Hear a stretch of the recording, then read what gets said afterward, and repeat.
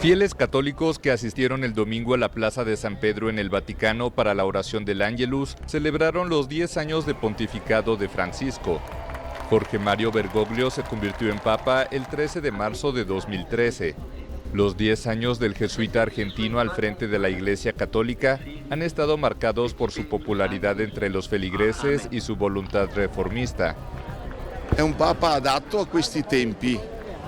Es un papa apto para este tiempo, logró tomar las necesidades de hoy y proponerlas a toda la Iglesia universal.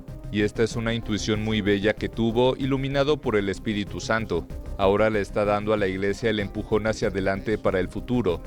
Está sembrando el bien para el futuro. Está seminando el bene per il futuro. En Argentina, unas 2.000 personas se congregaron el sábado frente a la Basílica de Nuestra Señora de Luján para celebrar los 10 años de pontificado de su compatriota. Intensificó la fe y también hizo que los jóvenes también, convocó a los jóvenes a que participen también, ¿sí? Que la iglesia cristiana de cierta forma estaba un poco alejada de los jóvenes. Y ahora se ve mucho más cercano ese vínculo. Así que es un gran trabajo el que ha hecho nuestro querido Papa Francisco. El presidente argentino Alberto Fernández también viajó a Luján, a unos 70 kilómetros de Buenos Aires, para unirse a las celebraciones. Cuando a mí en alguna entrevista me preguntan, dígame usted a quién admira, digo a Francisco. Dígame usted cuál es su ejemplo, digo es Francisco. Porque es el mayor líder moral que el mundo tiene. Es el mayor líder ético que el mundo tiene. Es un papa que se animó a cuestionar al mundo financiero, al mundo capitalista y a todas las desigualdades que eso genera.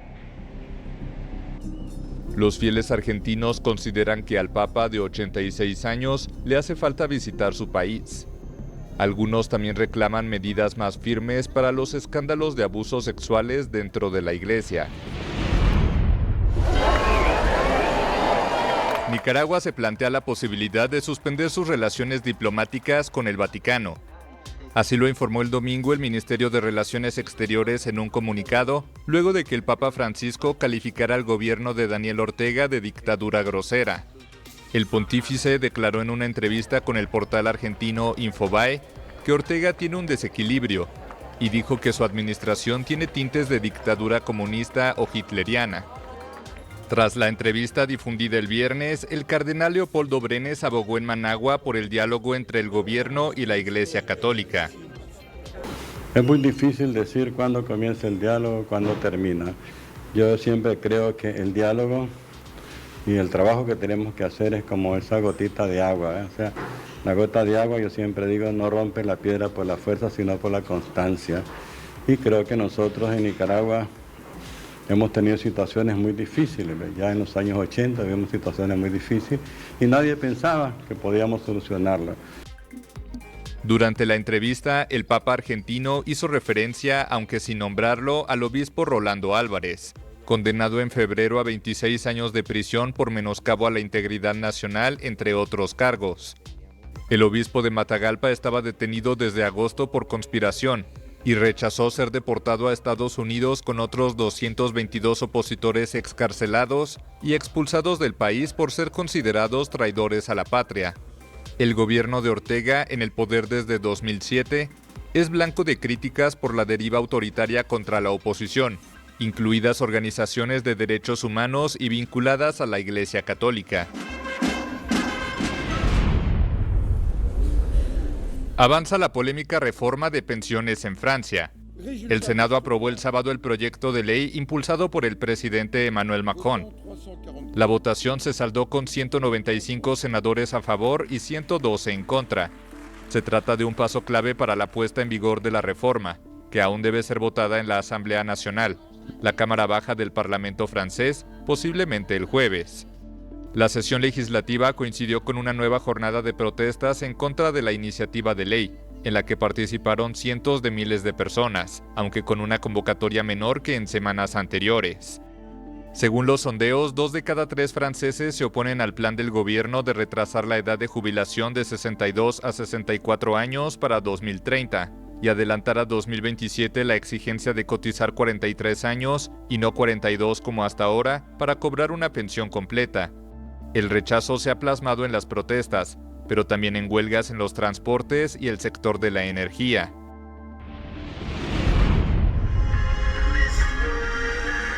Protesta contra el aborto en España. Miles de personas salieron el domingo a las calles de Madrid en una manifestación anual convocada por la plataforma Sí a la Vida. En esta ocasión, la movilización ocurre semanas después de que el Parlamento español aprobara una ley para ampliar el acceso a la interrupción del embarazo, una práctica despenalizada en el país europeo hace décadas. El Estado asume, según los que defienden esas leyes que acaban de aprobar, que si una mujer dice que está embarazada, que se encuentra mal y que quiere abortar, ya no hay que preguntarle nada ni decirle nada, porque hay que respetar su libertad. Llevo 20 años ayudando también a mujeres a seguir adelante con su embarazo y la mujer lo que necesita es que se la escuche y que se le eche una mano. Y por lo menos que se sienta acogida, que le importa a alguien. La ley aprobada en el Congreso busca ampliar el acceso al aborto en los hospitales públicos del país y permite que las menores a partir de los 16 años pongan fin a la gestación sin el permiso de sus padres. Asimismo, la nueva norma creó una baja menstrual para trabajadoras que sufren de reglas dolorosas, una medida pionera en Europa. ¡No! ¡Vida sí! ¡Aborto no! ¡Vida sí! Bueno, nosotros ayudamos de por vida. Es verdad que solamente el 25 o 30% de las mujeres que abortan tienen problemas económicos. Nuestra ayuda es de por vida, no hay límite. O sea, queremos que todo el entorno tenga su trabajo, su estabilidad. Nosotros vigilamos por ese bebé, que tenga su madre, que su madre esté bien, que tenga futuro y sobre todo que salga adelante cada una en su situación social, económica, personal. Ayudamos en todo. Ayuda al alquiler, ayuda a todo, absolutamente todo. El aborto se despenalizó en España en 1985 y luego se legalizó en 2010.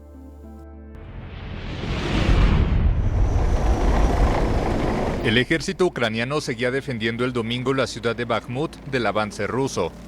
La devastada localidad del este de Ucrania concentra la batalla más larga y sangrienta desde el inicio de la ofensiva rusa hace más de un año. Algunos expertos militares han cuestionado el sentido de resguardarla, pero según Kiev, la defensa ayuda a ganar tiempo para preparar una futura contraofensiva. El presidente ucraniano Volodymyr Zelensky se congratuló el domingo por las bajas que su ejército ha infligido a las tropas rusas.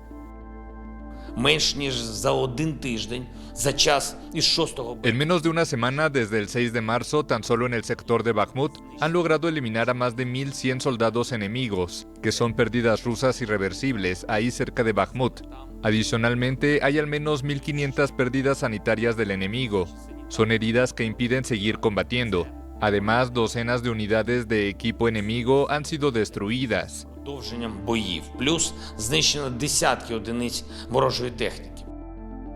Zelensky también dijo que le concedió el título de héroe de Ucrania a Oleksandr Mastievsky, un soldado cuya ejecución en video a manos de los rusos se hizo viral.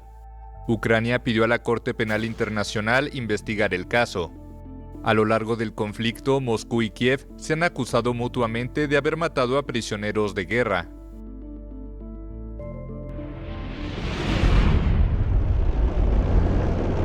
El ejército ucraniano informó el lunes que se libran fuertes combates por el control del centro de la ciudad de Bakhmut, en el este de Ucrania.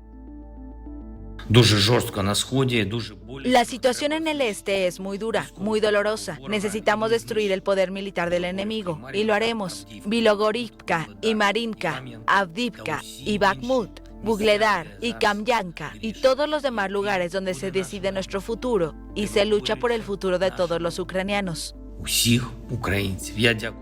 El grupo Wagner, que combate por Moscú, también admitió que sus combatientes están encontrando resistencia en su avance para controlar el centro de Bakhmut. La ciudad es desde hace meses el epicentro de los combates en el frente este. La localidad se ha convertido en un símbolo tanto para Ucrania como para Rusia, que han registrado grandes pérdidas en esta batalla, aunque según los observadores su importancia estratégica es limitada.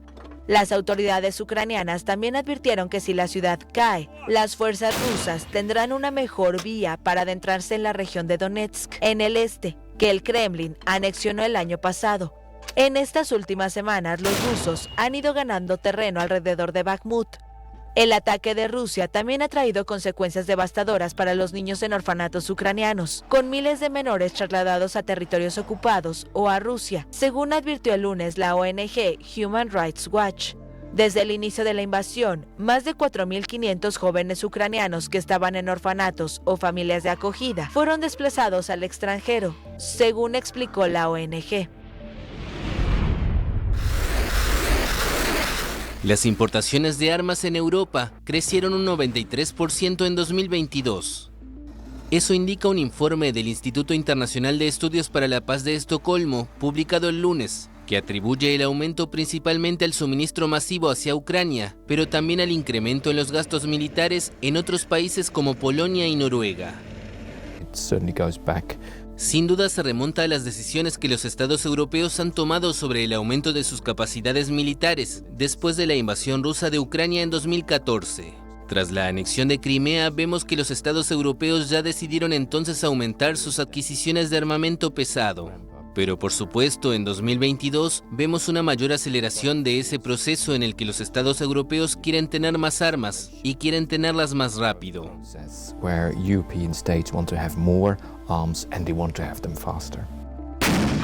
Ucrania, hasta ahora un importador poco relevante, se ha convertido en el tercer destino de armamento en el mundo el año pasado, por detrás de Qatar e India, como resultado de la ayuda occidental para combatir la invasión rusa. La antigua República Soviética concentra el 31% de las importaciones de armas en Europa y el 8% a nivel mundial. Aparte de Ucrania, el estudio refleja que el aumento de las importaciones europeas alcanzó un 35% en 2022. Lo que vemos en los últimos años es una serie de cosas en el lado de las exportaciones, donde vemos que Estados Unidos se ha convertido en un proveedor de armas aún más importante que antes para muchos países del mundo. Según nuestras estadísticas, Estados Unidos representó el 40% del total de las exportaciones mundiales de armas en los últimos 5 años. Al mismo tiempo vemos que las exportaciones de armas rusas están disminuyendo claramente. A diferencia de Europa, los otros continentes y regiones registran un retroceso de sus importaciones en 5 años, con una reducción del 40% en África y de 20% en América del Norte y del Sur. Nueva demostración de fuerza de Corea del Norte. Según la agencia KCNA, un submarino disparó el domingo 2 misiles de crucero estratégicos hacia el mar, frente a la ciudad costera de Sinpo, al este del país. Fotos y videos divulgados por la prensa estatal norcoreana mostraron el submarino y un misil volando al cielo desde el mar, seguido por una estela de humo y fuego. El ejército surcoreano, citado por la agencia Yonhap, confirmó por su lado que detectó un lanzamiento de misil, sin dar más detalles. El lanzamiento se produjo poco antes del inicio de los mayores ejercicios conjuntos de Washington y Seúl en 5 años. Según los aliados, las maniobras llamadas Escudo de Libertad deberán durar 10 días y se centrarán en el cambiante entorno de seguridad debido a la agresividad norcoreana. Corea del Norte había advertido que los ejercicios militares de Washington y Seúl serían considerados como una declaración de guerra. Por otra parte, el Ministerio Norcoreano de Relaciones Exteriores dijo que Estados Unidos está tramando convocar al Consejo de Seguridad de la ONU para discutir los derechos humanos en el país comunista. Rusia se mostró el lunes favorable a prorrogar el acuerdo de exportación de cereales ucranianos a través del Mar Negro, pero advirtió que solo estaría de acuerdo con una renovación por 60 días y no 120 como se venía haciendo desde julio de 2022. Ucrania dice que el plazo contradice el acuerdo inicial y pidió a Naciones Unidas y a Turquía, quienes actúan como mediadores, que asuman una posición. El Kremlin reclama que no se respeta el pacto hacia las exportaciones rusas, en particular de fertilizantes y productos agrícolas, ya que se ven afectadas por las sanciones de Estados Unidos y Europa. En julio de 2022, Kiev y Moscú firmaron un acuerdo para que los granos salieran de los puertos ucranianos del Mar Negro, que están bloqueados por buques de guerra rusos desde febrero del año pasado, cuando empezó la invasión rusa.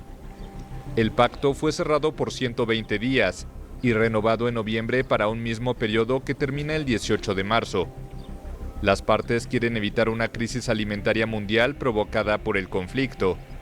Según la ONU, el pacto ha permitido exportar hasta la fecha más de 24 millones de toneladas de grano.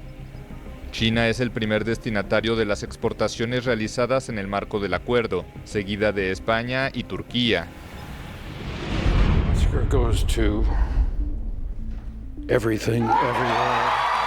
Oscar a Mejor Película para Todo en Todas Partes al Mismo Tiempo. El filme, que llegaba como favorito, derrotó a Sin Novedad en el Frente, Avatar El Camino del Agua, Los Espíritus de la Isla, Elvis, Los Fabelman, Tar, Top Gun Maverick, El Triángulo de la Tristeza y Ellas Hablan.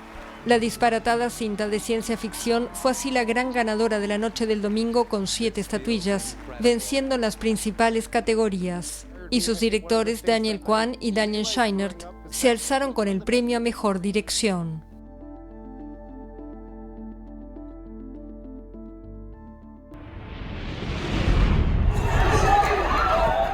Cientos de migrantes intentaron cruzar el domingo en estampida hacia Estados Unidos.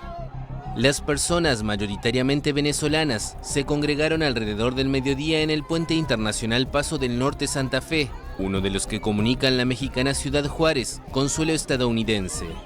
Habían sido atraídos por el rumor de que se les daría paso libre por la celebración de un supuesto Día del Migrante. ¡Queremos trabajar! Algunas madres con niños expresaron desesperación, pues aseguran que hubo quienes sí lograron cruzar, pero que se trató en su mayoría de hombres viajando solos. Esta es una desesperación, puros hombres es lo que pasa, puros hombres como esos que lo que quieren es dañar. Y nosotros que tenemos a niños que están sufriendo, que tengo que pedir en la calle para poder vivir y para poder comer, a nosotros no nos dan la posibilidad. Muchos de estos migrantes están esperando conseguir una cita para solicitar asilo en Estados Unidos, que solo puede tramitarse mediante la aplicación móvil llamada CBP One. La única plataforma, según nos ha dicho CBP, es CBP One, para poder ellos pedir asilo en Estados Unidos. El gobierno de Joe Biden propuso en febrero nuevas restricciones al asilo de migrantes que lleguen por la frontera con México y que los obligarían a solicitarlo en países por los que transitan o mediante las citas en línea. Todo esto en momentos en que el mandatario demócrata es acusado por la oposición republicana de haber perdido el control de la frontera, con más de 4,5 millones de migrantes interceptados en esa región desde que asumió el cargo.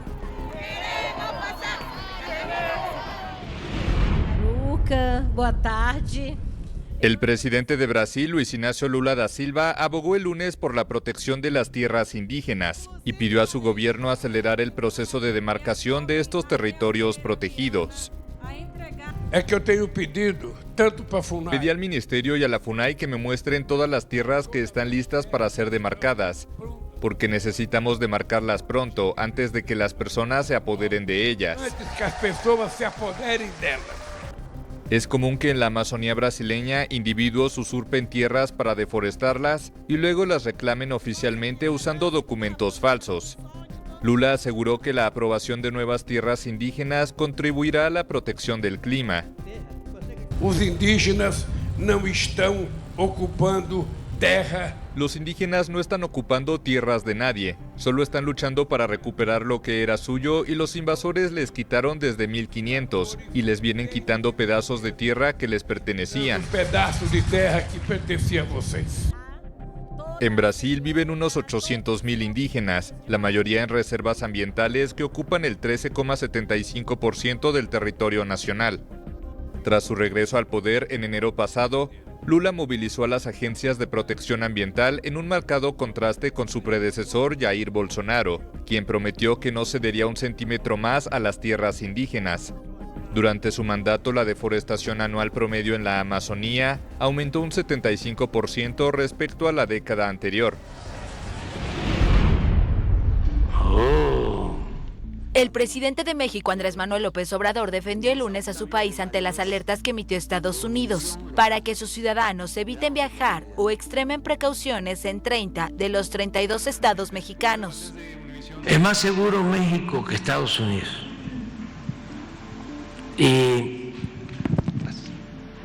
no hay ningún problema para viajar por México con seguridad. En sus alertas de viaje, el Departamento de Estado considera que solo los estados de Yucatán y Campeche, en el sureste de México, ofrecen seguridad. Si fuese así, no estarían llegando tanto estadounidenses a vivir a la Ciudad de México y a todo el país. Claro.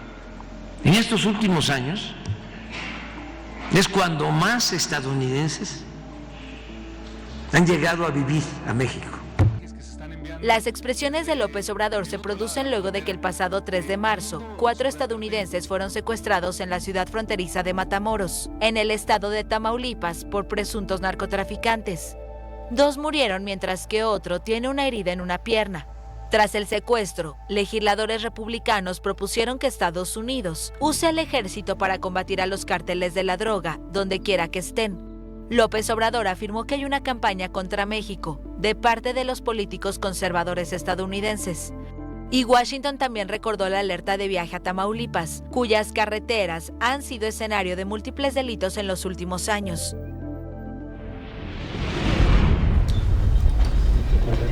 Los estadounidenses pueden confiar en su sistema bancario. Eso expresó el lunes el presidente Joe Biden, intentando reforzar la confianza tras la quiebra del Silicon Valley Bank, especializado en el sector tecnológico. Los estadounidenses pueden tener confianza de que el sistema bancario es seguro, sus depósitos estarán ahí cuando los necesiten. Las pequeñas empresas de todo el país que tienen cuentas de depósitos en estos bancos pueden respirar tranquilas sabiendo que podrán pagar a sus trabajadores y abonar sus facturas. El mandatario afirmó que el gobierno hará lo posible para que los ahorristas recuperen su dinero y que en cualquier caso los contribuyentes no se harán cargo de las pérdidas, ya que el dinero procederá de las cuotas que los bancos pagan por el seguro de depósitos. Voy a pedir al Congreso y a los reguladores bancarios que refuercen las normas de los bancos para que sea menos probable que este tipo de quiebra bancaria vuelva a ocurrir y para proteger los empleos y las pequeñas empresas estadounidenses. La confianza en los bancos regionales estadounidenses parece haber caído después de 3 quiebras en los últimos días, entre ellas la del Silicon Valley Bank. Las autoridades tomaron medidas durante el fin de semana para intentar frenar la desconfianza en el sistema bancario estadounidense y evitar retiradas masivas de depósitos que podrían debilitarlo aún más. Credit Suisse no logra tranquilizar a los mercados. La acción del segundo mayor banco de Suiza se hundió el miércoles en la bolsa de Zúrich casi un 25%, en el peor derrumbe de su historia. Esta caída se aceleró tras la negativa de su principal accionista, el Banco Nacional Saudita, a ampliar su participación de 9,8% en el capital. Los sauditas se convirtieron en los primeros accionistas del banco durante un aumento de capital en noviembre lanzado para financiar una fuerte reestructuración de la entidad. Pero superar el 10% podría causar revuelo en el país, en momentos en que los accionistas del banco ya vieron reducirse su participación y observan el hundimiento de su valor, que desde marzo de 2021 a la fecha ha perdido más del 83%. Los cuentavientes de Credit Suisse se mostraban nerviosos el miércoles. Hoy seguiré las noticias, veré cómo evoluciona, y sí, si empeora, eventualmente tendré que considerar mover mi dinero a otro banco. Creo que hay una falta de confianza que ha llevado a esto. En cuanto a confianza, por ahora tengo confianza, porque en Suiza yo diría es demasiado grande para quebrar. Es decir, seguro que habrá una recuperación en relación a otras posibilidades, si es que llega a haber una caída.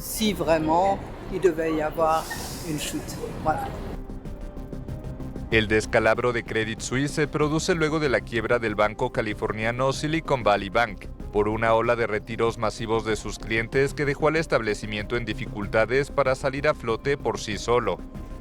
A diferencia de esa institución, Credit Suisse forma parte de los 30 bancos internacionales considerados demasiado grandes para que se les deje caer en bancarrota, lo cual le impone a sí mismo una reglamentación más estricta para resistir en caso de sacudidas fuertes. En este contexto, las dificultades del sector bancario hacen temer una recesión económica mundial. Las bolsas europeas cerraron el miércoles con fuertes bajas, y las cotizaciones del petróleo cayeron a su nivel más bajo desde diciembre de 2021.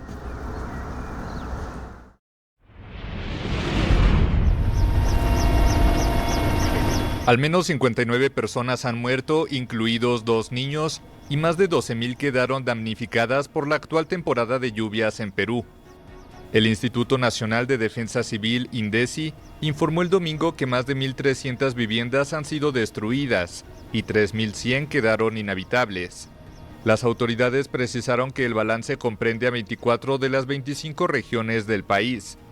Las inundaciones, acompañadas de fuertes vientos, aumentaron en las últimas 72 horas y afectaron zonas rurales y urbanas de los departamentos costeros de Ancash, La Libertad, Lambayeque, Piura y Tumbes en la frontera con Ecuador. El nivel de precipitaciones estacionales se disparó por la presencia del ciclón no organizado Yaku frente a las costas peruanas en el Océano Pacífico. La presidenta Dina Boluarte informó que 400 distritos fueron declarados en estado de emergencia por el impacto de Yaku, que en quechua significa agua. Queridas hermanas, queridos hermanos, ahí donde vives ya ha llegado el ciclón Yaku.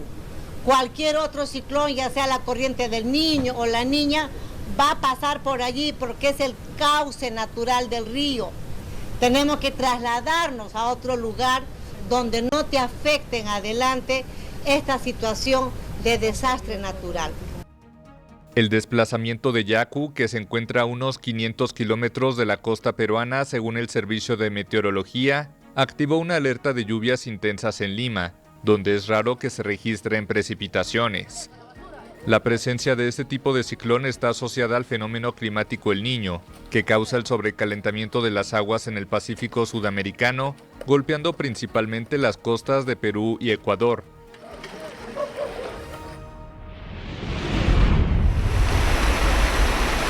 El paso del ciclón Freddy por Malawi ha dejado cerca de 2 centenares de personas muertas. El fenómeno desencadenó lluvias torrenciales que a su vez provocaron inundaciones y deslizamientos de tierra en el país, uno de los más pobres de África. En la capital comercial, Blantyre, muchas personas murieron debido a estos deslaves que arrasaron viviendas construidas en su mayoría con tierra y ladrillos. ¿Ven esta área? Estaba llena de casas, toda el área desde aquí. Y la gente desapareció, las cosas desaparecieron, todo se ha ido hacia abajo, desde arriba, bajando. Era una zona recién creada, había muchas casas, pero ahora todo se ha ido.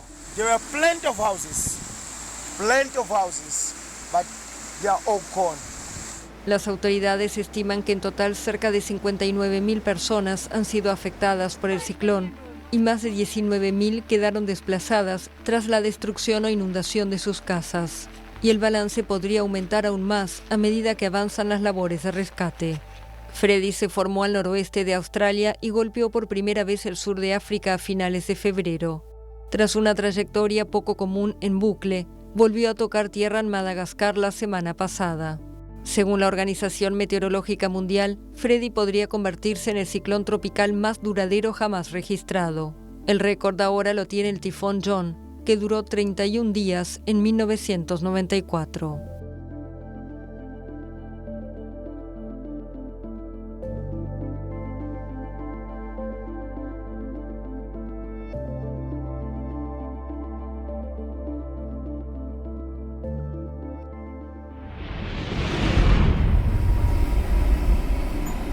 Ocho personas murieron, incluidos 4 niños, en un deslizamiento de tierra provocado por las fuertes lluvias en Manaus, al norte de Brasil.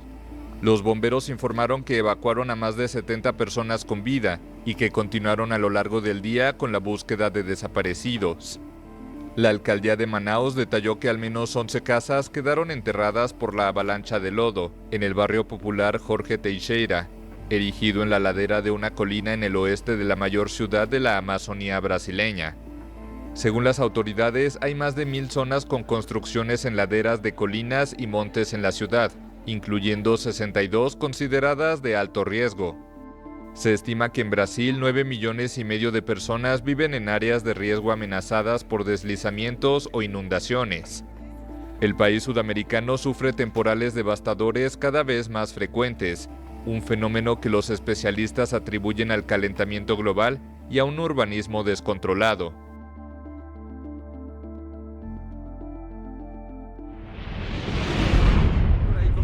otra.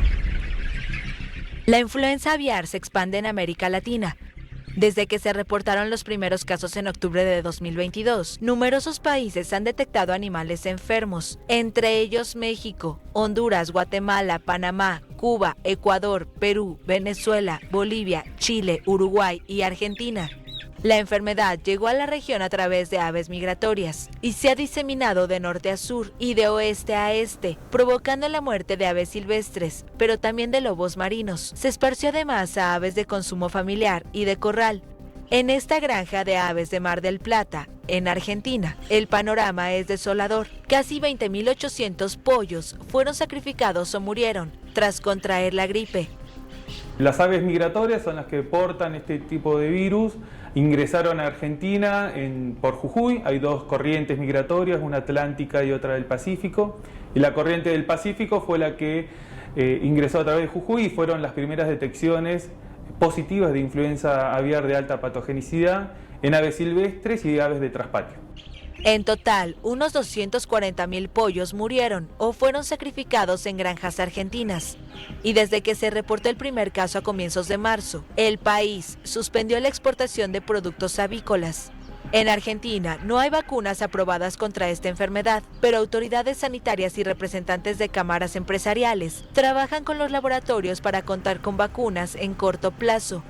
México reportó el primer caso el 14 de octubre pasado y desde entonces ha confirmado brotes en 12 de los 32 estados del país, donde se dictan cuarentenas y se aplican vacunas para detener la propagación de la enfermedad. Ecuador está bajo alerta desde el 27 de noviembre pasado, cuando detectó el virus en aves de corral y traspatio. Empezamos desde a fumigar, antes lo hacíamos una vez al día.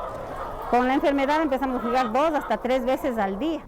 Las autoridades empezaron además a vacunar a las aves. Unas 35 granjas forman parte de la primera etapa de vacunación, con más de 750.000 animales alcanzados.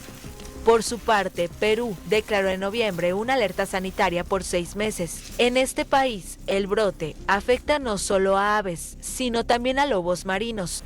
Hasta ahora, solo Brasil, Colombia, El Salvador, Nicaragua y Paraguay no han reportado casos, pero aseguran que permanecen bajo alerta zoosanitaria y extrema vigilancia.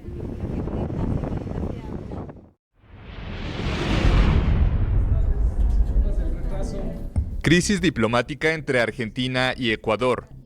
Quito llamó a consultas a su embajador en Buenos Aires, Javier Monge, luego de que una ministra condenada por corrupción y refugiada por más de 2 años en la embajada argentina escapara hacia Venezuela.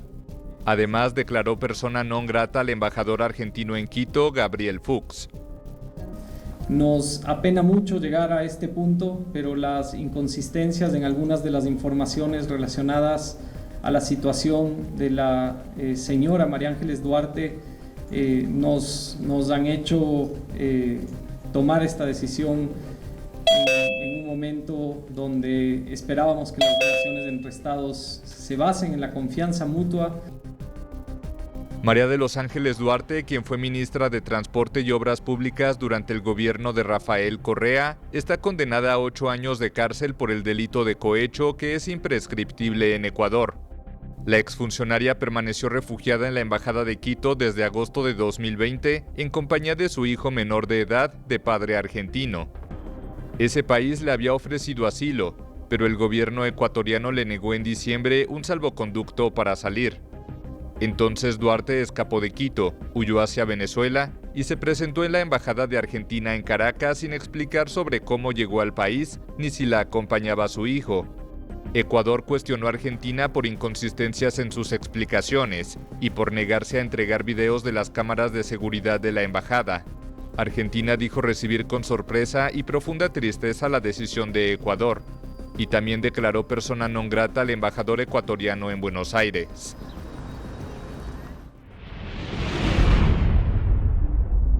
La presidenta de Honduras, Xiomara Castro, anunció el martes en Twitter que instruyó gestionar la apertura de relaciones oficiales con China. Sin embargo, la mandataria no precisó si esa medida implica una ruptura de los vínculos con Taiwán, que Pekín considera parte de su territorio. Bajo el principio de una sola China, el gobierno del gigante asiático no permite que ningún país mantenga relaciones diplomáticas oficiales simultáneas con Pekín y Taipei. En enero del año pasado, el vicepresidente de Taiwán, William Lai Ching-te, asistió a la toma de posesión de Castro.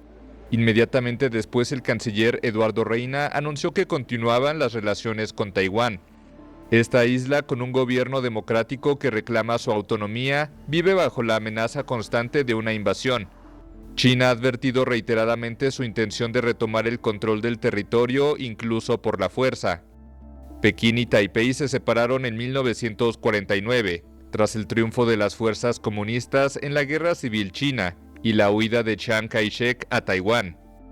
En la actualidad, solo 14 países del mundo reconocen a Taiwán, entre ellos Paraguay, Haití y otras 7 pequeñas naciones isleñas del Caribe y del Pacífico.